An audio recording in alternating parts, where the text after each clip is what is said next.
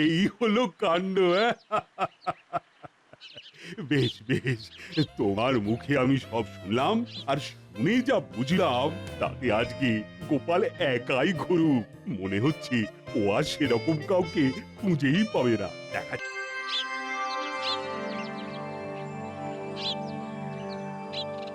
প্রণাম গুরুদেব। প্রণাম গুরুদেব। আমি তোমাদের সকলের কুশল প্রার্থনা করি ঈশ্বরের কাছে। তোমরা নিশ্চিত সকলেই ভালো থাকবে। এখানে আপনার কোনো অসুবিধে হচ্ছে না তো গুরুদেব? না কৃষ্ণচন্দ্র, আমার কোনো অসুবিধাই হয়নি। তবে এই রাজকীয়ভাবে থাকতেও আমি অভ্যস্ত নই। এই 7 দিন তোমার রাজ্য আমি বেশ ঘুরে দেখলাম, সবাই বেশ ভালোই আছে বলে মনে হয়। আজ্ঞে গুরুদেব। আমি আজকেই আবার হিমালয়ে ফিরে যাব বলে মনস্থির করেছি। সে কি গুরুদেব, আপনি তো মাত্র 7 দিন হলো এসেছেন, আর কিছুদিন না কাটিয়েই চলে যাবেন? যেতে তো আমাকে হবেই কৃষ্ণচন্দ্র, তবে মনের মধ্যে তোমরা সব সময় উজ্জ্বল ভাবে থাকবে। বেশ, আপনার যা ইচ্ছা। তবে যাবার আগে আমি তোমার সভাসদদের উদ্দেশ্যে কিছু বলতে চাই। নিশ্চয়ই গুরুদেব, এ তো আমাদের সভাসদের পরম সৌভাগ্য। আপনি বলুন বলুন। একে তোমরা বিদায়ী ভাষণ হিসেবেও ধরতে পারো, তবে আমার কথা তোমরা মনে রাখবে বলেই আশা রেখে কথাগুলো আমি বলছি। নিশ্চয় গুরুদেব, আপনার কথা শুনতে আমরা অত্যন্ত আগ্রহী। প্রথমে আমি যে কথাটা বলছি সেটা হলো, সভাসদ মানে তোমরা প্রত্যেকে নিজের কাজে ব্যস্ত। এটা অত্যন্ত আনন্দের কথা। যে যে কাজে পারদর্শী সে সেই কাজেই ব্যস্ত থাকবে, এটাই তো স্বাভাবিক।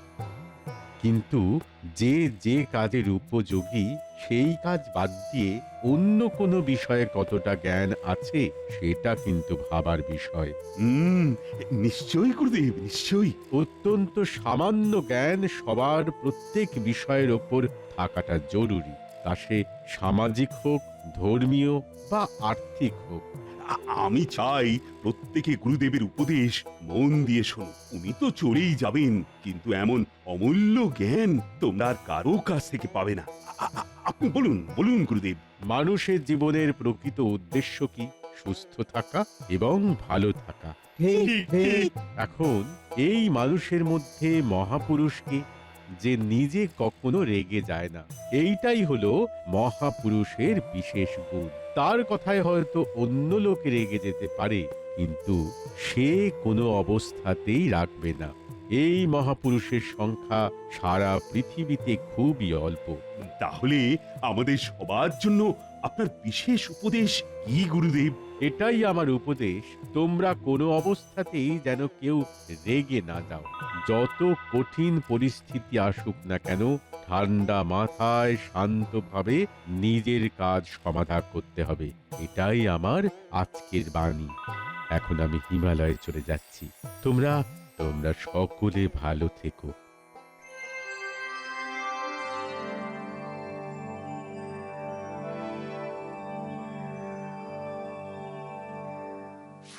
গুরুদেবের বাণী আমি আজীবন মনে রাখবো মহারাজ। সে তো নিশ্চয়ই নিশ্চয়ই, সবারই মনে রাখাটা দরকার। কোনো অবস্থাতেই রেগে যাওয়া চলবে না। তবে সবাই তো আর মহাপুরুষ হতে পারে না, তাই না? যেমন গুরুদেব বললেন, গোটা বিশ্বে এমন মানুষ খুব কম আছে। কিন্তু আছে তো। গুরুদেব যখন এখানে এই কথা বললেন, তখন আমি ধরে নিচ্ছি উনি আমাদের সভাসদদের মধ্যে সেরকম একটা সম্ভাবনা দেখেছেন। আমাদের রাজ্যের অন্য লোকও হতে পারে মহারাজ। হ্যাঁ হ্যাঁ হ্যাঁ, সে সম্ভাবনাও থাকছে। তবে সবার দ্বারা হবে না। যেমন আমাদের মন্ত্রী, সে তো কথায় কথায় রেগে যায় মহারাজ। না না, কোথায় আমি রেগে যাই? আমি মোটেই রেগে যাই না। আমি বলছি আপনি রেগে যান। না না, কখনোই না। আরে মন্ত্রী মশাই, আপনি অল্পেতে রেগে যান, বিশ্বাস করুন। একদম বাজে কথা বলবে না বলছি গোপাল। বলছি আমি রাগি না, তাও উল্টো পাল্টো বকে যাচ্ছ। এই তো রেগে গেলেন মন্ত্রী মশাই। না মানে ইয়ে, এ রাগ তো হতেই পারে। বেশ বেশ, এ, যাই হোক গোপাল, তুমি কি আমাকে এরকম একজন মহাপুরুষ খুঁজে এনে দিতে পারবে? তাকে যে আমার খুব দরকার। আমার নিজের রাজ্যের মধ্যেই এরকম মহাপুরুষ নিশ্চয়ই আছেন। নিশ্চয়ই মহারাজ, আমি এরকম মহাপুরুষেরই সন্ধান শুরু করব। মহারাজ, এই কাজ আমি নিমেষেই করতে পারি। মন্ত্রী, তুমি যদি চাও তুমিও এরকম লোককে খুঁজতে পারো। মহারাজ, আমার খুব বেশি সময় লাগবে না। মহারাজ, মনে হচ্ছে মন্ত্রী মশাই এই লোক খুঁজে দেবার ব্যাপারে একটি প্রতিযোগিতা করতে চাইছে আমার সাথে। আমার অবশ্য তাতে বিন্দুমাত্র আপত্তি নেই। তা বেশ বেশ বেশ, হোক তাহলে প্রতিযোগিতা। সুস্থ প্রতিযোগিতায় আমার কোনো আপত্তি নেই। তাহলে প্রতিযোগিতার তো একটা নিয়মাবলী হওয়া প্রয়োজন মহারাজ। পণ্ডিত, তুমি নিয়মটা করে দাও তো। প্রতিযোগিতা হোক 3 দিনের। বেশ, বেশ, এর মধ্যে মন্ত্রী মশাই আর গোপাল যাকে যাকে এনে হাজির করবে তাদের মধ্যে আবার লড়িয়ে দেওয়া হবে। তখন যদি সেই দুজনের কেউ রেগে যায় তো সে বার। বাহ বাহ বাহ, এ তো খুব ভালো নিয়ম। আমার এটি মনোপুত হয়েছে। আশা করছি গোপাল আর মন্ত্রীর এতে কোনো আপত্তি নেই। না মহারাজ, আমার কোনো আপত্তি নেই। অসুবিধা নেই মহারাজ। বেশ বেশ বেশ, তবে প্রতিযোগিতা পুরস্কার বিনা হয় না। যেরকম মহাপুরুষকে নিয়ে আসতে পারে সে পাবে 100 মোহর। সাধু সাধু। আমার একজন রাজকর্মচারী তোমার সাথে থাকলে আপত্তি নেই তো বা? না মহারাজ, আপনি যেটা ভালো বুঝবেন সেটাই হবে। বেশ বেশ বেশ বেশ।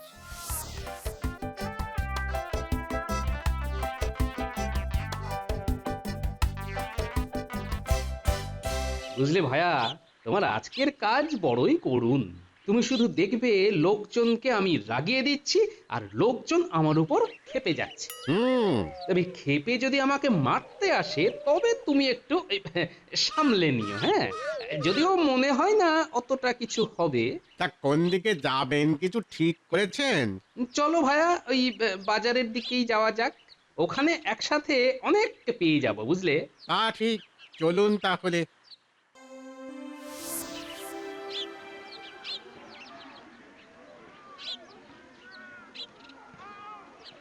ডিম দিয়েই শুরু করা যাক। বলুন কত ডিম নেবেন? এক ডিম আজকে সস্তায় আছে, 1 ডজন ডিম নিয়ে যান। বাহ বাহ বলুন বলুন, বাহ বাহ, কি বাবা করছেন বলুন তো? ভালোই ডিম পেরেছো দেখছি। এ আবার কেমন কথা? ডিম কি মানুষে পারে নাকি?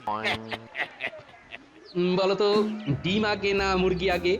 আমি তোমাকে মুরগির জন্য দাম দেব না ডিমের জন্য? এই তো আচ্ছা পাগল, সকাল সকাল সময় নষ্ট করছেন কেন? ডিম না নিলে আসতে পারেন। যত সব। তা এই ডিমে কে তা দেয় শুনি? তুমি না তোমার গিন্নি? পালাও হে।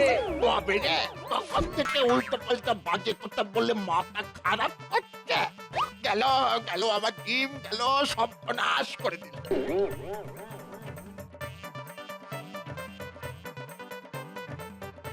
ওহ, বহুদিন পর এইভাবে দৌড়লাম।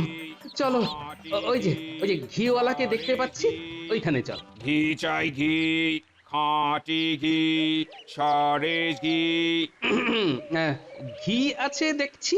একদম খাঁটি ঘি, সরেস ঘি, দারুণ সুগন্ধি। তা তোমার ঝাঁকা নামাও দেখি, কেমন সরেস খাঁটি ঘি দেখি। এই দেখুন, সব ঘি এক রকমের? সবই এক মানের ঘি, একদম। না, তুমি ঠিক বলছো না গো। আমি ঠিক কথাই বলছি, সব এক মানের খাঁটি ঘি। কি করে বিশ্বাস করি বলো? কেন, ঘিয়ের রং দেখে বুঝতে পারছো না? সুগন্ধ কি পাচ্ছ না? আমি রঙও দেখছি আর গন্ধও পাচ্ছি। তাহলে আর কি, নেবে কিনা বলো? তুমি আমার একটা প্রশ্নের উত্তর দাও, তাহলেই আমি ভাববো যে তোমার এই ঘি আমি বাড়িতে ভাতের সাথে খেতে পারবো কিনা। একটা প্রশ্ন, আজব ব্যাপার গো, এরকম কথা তো কোনোদিন শুনিনি। বলো।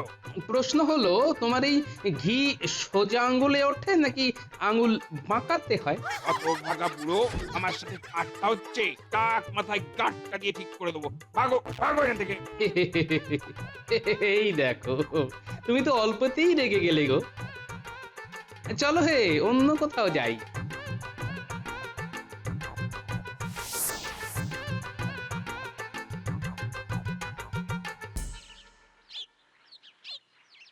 বলো গোপাল, এখন এইভাবে পথ আটকালে যে, যা বলার চট করে বলো। আমার আবার নিত্য পুজোর ব্যাপার আছে, বুঝুই তো।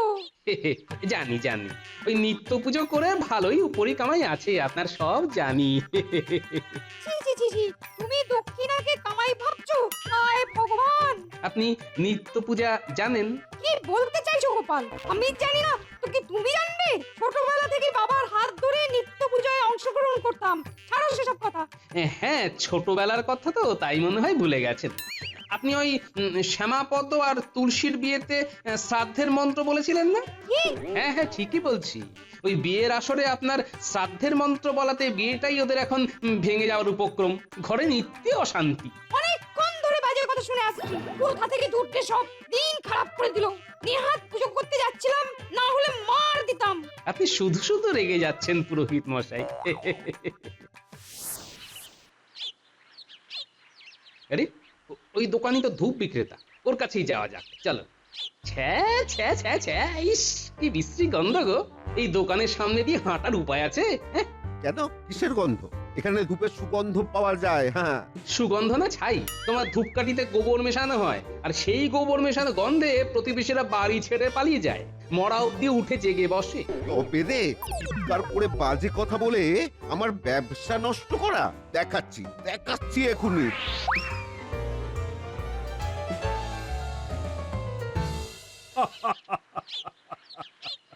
এই হলো কাণ্ড।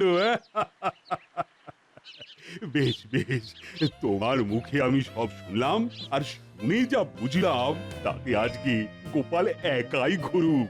মনে হচ্ছে ও আর সেরকম কাউকে খুঁজেই পাবে না। দেখা যাক দেখা যাক। মহারাজ, আমাকে তাহলে আজ্ঞা দিন। হ্যাঁ, তুমি এখন আসতে পারো। এমন কি আছে যে রাগ করবে না? হ্যাঁ, এরকম মানুষ কি আদৌ আছে নাকি?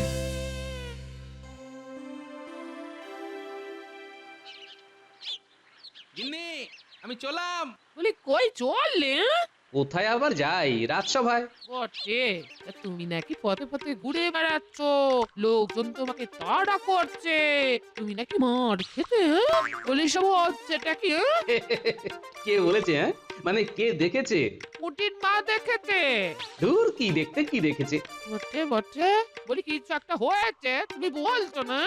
আমি আসলে বুঝলে একজনকে খুঁজে বেড়াচ্ছি। খুঁজে বেড়াচ্ছ? ও তুমি বুঝবে না গিন্নি, তুমি বুঝবে না। বাবা, জোর বাঁচা বেঁচে গেছি। আরো প্রশ্ন করতে থাকলে বিপদ ছিল।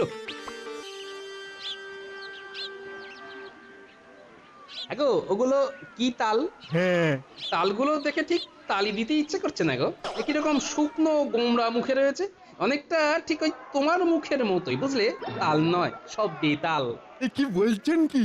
আচ্ছা, তোমার এই তাল কি ঢিপ করে পড়ে না পড়ে গিয়ে ঢিপ করে? না, আমার গুলতিটা টিপ করলে পরে, আর বেশি কথা বললে না তাল ছুঁড়ে মারবো। কেন যে রেগে যাও? কত ভালো করে কথা বললাম গো।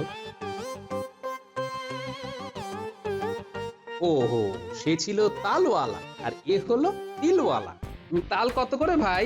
তাল কোথায় দেখছো কাকু? এত তিল। না, সে তো বুঝলাম, আমি তালই বলবো। কেন কাকু? কারণ তোরা সবসময় ওই তিলকে তাল বানাস। সামান্য দামের জিনিস মাগনায় দিবি, তা করবি না, বড় করে দাম হাঁকাবি। মানে তিলকে তাল বানাস, তাই আমি তালই বলি। এসব বাজে বাবা অন্য কোথাও করো কাকু, আমার সময় নষ্ট করো না। যাও তো যাও, যাও এখান থেকে যাও। ও, এইটুকু ছোকরা রাগ দেখো, মটমট করছে একেবারে।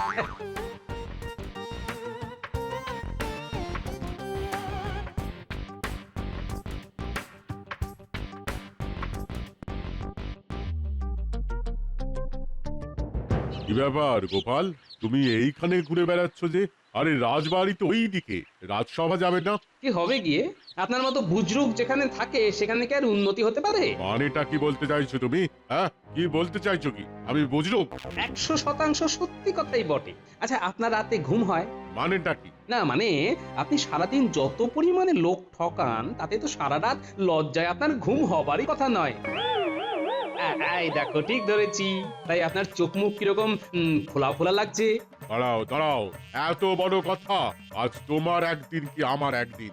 আমাকে আমাকে এত অপমান আমি সহ্য করব না। আরে দূর, মান অপমান বোধ আছে নাকি আপনার? খবরদার গোপাল, আমি আমি আমি কিন্তু এর শেষ দেখে ছাড়বো।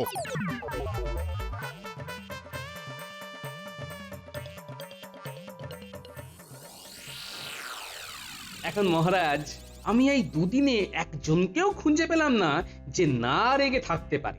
এই যে রাজ্যোতিষী, সেও রেগে গেল। এখন তুমি যেভাবে বলছো তাতে রেগে যাওয়া কি খুব স্বাভাবিক ব্যাপার নয়? বুঝেছি বুঝেছি। অর্থাৎ আমি এখনো সেই মহাপুরুষের দর্শন পাইনি মহারাজ। মন্ত্রীমশাই পেয়েছেন আশা করি। না মানে আমি দুদিন সেরকম কাউকে দেখিনি। ভেবেছিলাম তুমি একদিনেই কাউকে নিয়ে আসতে পারবে, কিন্তু তা তো হলো না। এখন আমাকেই আসরে নামতে হচ্ছে। মহারাজ, আমি আশা করি কালকে একজনের সন্ধান দিতে পারবো। বেশ বেশ, তুমি কাল জানিও সেই মহাপুরুষের কথা। আর তোমাদের প্রতিযোগিতার কালই কিন্তু শেষ দিন। নিশ্চয় মহারাজ।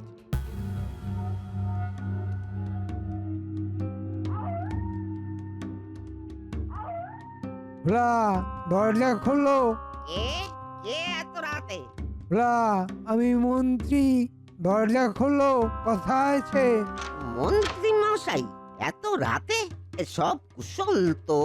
শোনো ভোলা, বিশেষ কারণে তোমার কাছে আসা। আচ্ছা, তোমাকে যা বলবো তা যদি ঠিক করে করতে পারো তাহলে তুমি আমার কাছ থেকে কিছু অর্থ সাহায্য পাবে, বুঝলে? কিন্তু কি করতে হবে? কাল তুমি সারাদিন কোথায় থাকবে? আমি ময়রা, আর কোথায় বা থাকবো? তুমি সারাদিন দোকানেই থাকবে। তোমার কাজ একটাই, তোমার সাথে কাল যা খুশি হোক তুমি কোনো অবস্থাতেই রেগে যাবে না। এ আবার কেমন ধারা কাজ মন্ত্রী মশাই? হ্যাঁ, এটাই কাজ। মনে থাকে যেন রেগে যাওয়া চলবে না। সবার সাথে ভালোভাবে কথা বলবে, যে যাই বলুক তুমি রেগে যাবে না, ঠিক আছে? এ আর এমন কি কঠিন কাজ? বেশ বেশ, ওই কাল আমি কিছুতেই রাগ করবো না। হুম।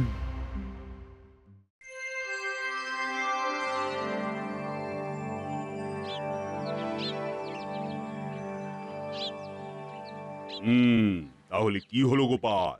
আজ তো তৃতীয় দিন। মহারাজ, যার সাথে এদিক ওদিক কথা বলি না কেন সেই রেগে যাচ্ছে। কি করি বলুন তো মহারাজ? এই আসবার পথে এক ভীষণ চিমড়ে বুড়ো দেখি হর্তুকি বিক্রি করছে। তাকে বললাম, আপনি হর্তুকি বিক্রি করতে করতে নিজেই আস্ত হর্তুকি হয়ে গেছেন। সঙ্গে সঙ্গে সেই বুড়ো লাঠি হাতে প্রায় তেড়ে আসে মহারাজ। গোপাল আর পারবে না মহারাজ, আমি খুঁজে পেয়েছি। গোপাল শান্ত, ভদ্র, ভোলাময়ের, সাত চরে রা নেই, কোনোদিন রেগে যায় না। এই হলেন মহাপুরুষ। আমি তাকে খুঁজে বার করেছি। তাই নাকি মন্ত্রী? এ তো চমৎকার। আমি মানি না মহারাজ। কি মানুন না? আমি এই ভোলা ময়রাকেও রাগিয়ে দিতে পারি মহারাজ। চেষ্টা করলেও পারবে না। বেশ, আমি এখনই যাচ্ছি। আমাকেও তাহলে গিয়ে দেখতে হয়, চলো। মহারাজ, রাজবেশে গেলে আপনাকে যদি ভোলা ময়রা চিনতে পারে তাহলে কিন্তু সে সতর্ক হয়ে যাবে। না না না, আমি ছদ্মবেশেই যাব।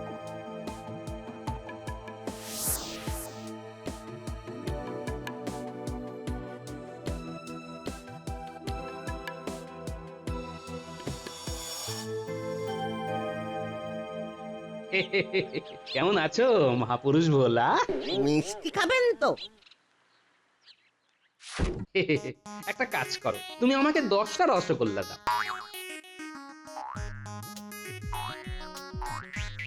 এবার 10টা পান্তুয়া দাও। এবার তুমি একটা কাজ করো, 10টা সন্দেশ দাও। এবার এক কাজ করো, এই 3 রকম মিষ্টি তুমি একসাথে মেখে ফেলো। ও,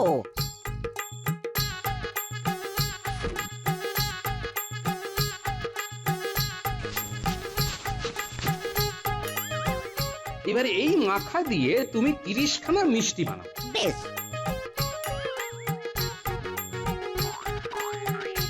বাহ, আচ্ছা, এবার এই 30টার মধ্যে তুমি আমাকে 10টা দাও, বাকি 20টা তুমি খেয়ে নাও।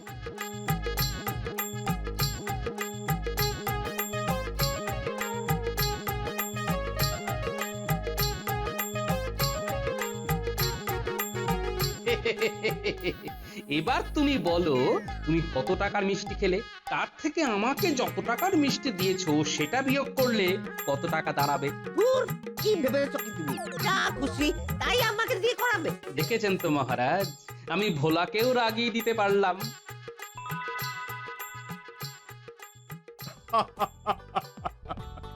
সবাই রেগে যাচ্ছে, শুধু একজন একেবারেই রাগছে না, আর সে হলো আমাদের গোপাল। আমি লক্ষ্য করে দেখেছি যে গোপালের কোনো রাগ নেই। সে অন্যকে রাগাচ্ছে কিন্তু নিজে একেবারেই রাগছে না। তাই গোপালই হলো সেই মহাপুরুষ। না না না না, আমার আর অন্য কোথাও খোঁজবার দরকার নেই। গোপালই পুরস্কার পাচ্ছে। সাধু সাধু। সে কি করে হয় মহারাজ? গোপালের রাগ নেই? আমি তো এক্ষুনি গোপালকে রাগিয়ে দিতে পারি। তাই নাকি? তোমার সাথে কথা বলা বৃথা। তুমি হচ্ছ টেকো গোপাল। মন্ত্রী মশাই, এ তো আমার পরম সৌভাগ্য। কষ্ট করে চুলের যত্ন নিতে হয় না। তোমার কত বড় ভুঁড়ি, আমার তাই দেখে হাসি পায়। সেও তো খুব ভালো কথা মন্ত্রী মশাই। আমার বাড়িতে আমার গিন্নি খাওয়ায়, আপনাকে খাওয়ায় না। আপনার তো পাটকাঠির মতো চেহারা, এত টাকা পয়সা রোজগার করছেন তবুও খাচ্ছেন না। আড়ালে তো সবাই আপনাকে ওই শুক্তো বলেই ডাকে। আমার তাই দেখে হাসি পায়। আমি খাবো আর ভালো থাকবো। আপনার মনে অনেক দুঃখ, সেই জন্য শুকিয়ে একেবারে কাঠ হয়ে গেছেন মন্ত্রী মশাই। কি কি উল্টো পাল্টা বলছো? আমার মনে দুঃখ? আমি শুকিয়ে কাঠ হয়ে গেছি? এত বড় আস্পর্ধা তোমার? মন্ত্রী, এবার বুঝতে পারলে তো যে কোনো কিছুতেই তুমি গোপালকে আগাতে পারলে না, উল্টে তুমি নিজেই রেগে আগুন হয়ে গেলে। গোপাল, গোপাল, এদিকে এসো, এদিকে এসো। আজ্ঞে মহারাজ। এই যে তোমার পুরস্কার, 100 মোহর। আমি ধন্য হলাম মহারাজ। বলো, সবাই বলো, গোপালের জয়, জয় গোপালের জয়, জয় গোপালের জয়।